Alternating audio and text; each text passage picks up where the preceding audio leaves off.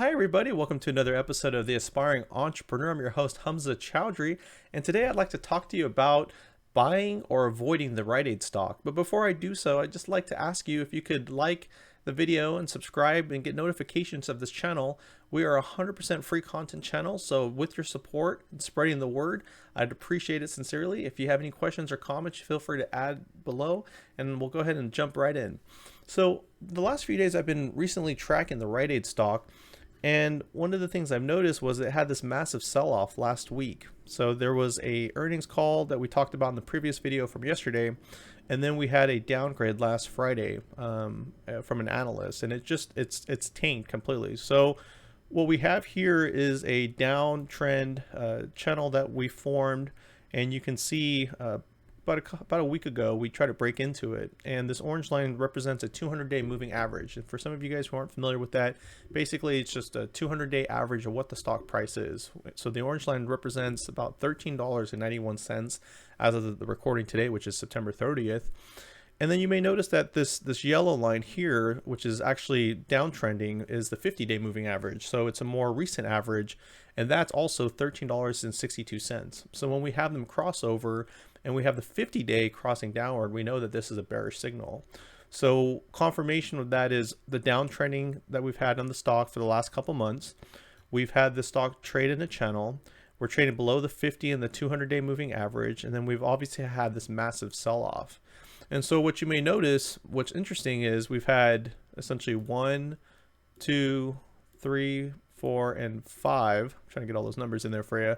5 red candle days in the last week that have caused, and we also had some before the earnings call, but essentially 5 since the earnings call. We haven't had a single day where we've actually traded green on the stock. And if you look here at the last two candles here, get those numbers out of your way. So if you look at the last two, we have what we call the gravestone doji, right? So you have a lot of selling pressure.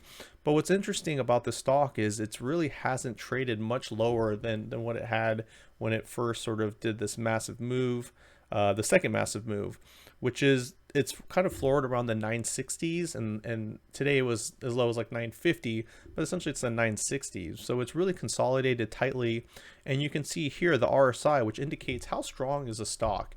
So if you look at the daily RSI, it's actually right now at 23.5. So anything under 30 is technically oversold. So we have a stock that's oversold. It's consolidated pretty tight in a floor of around 950, 960.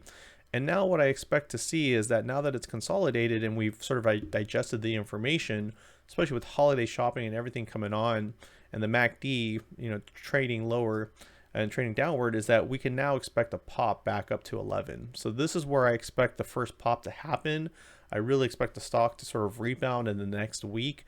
But definitely if it's something that you're looking at, now would be a good accumulation range to buy in the 950s, the 960s. I've been day trading it personally, and like I said, my expectation is to definitely get up here.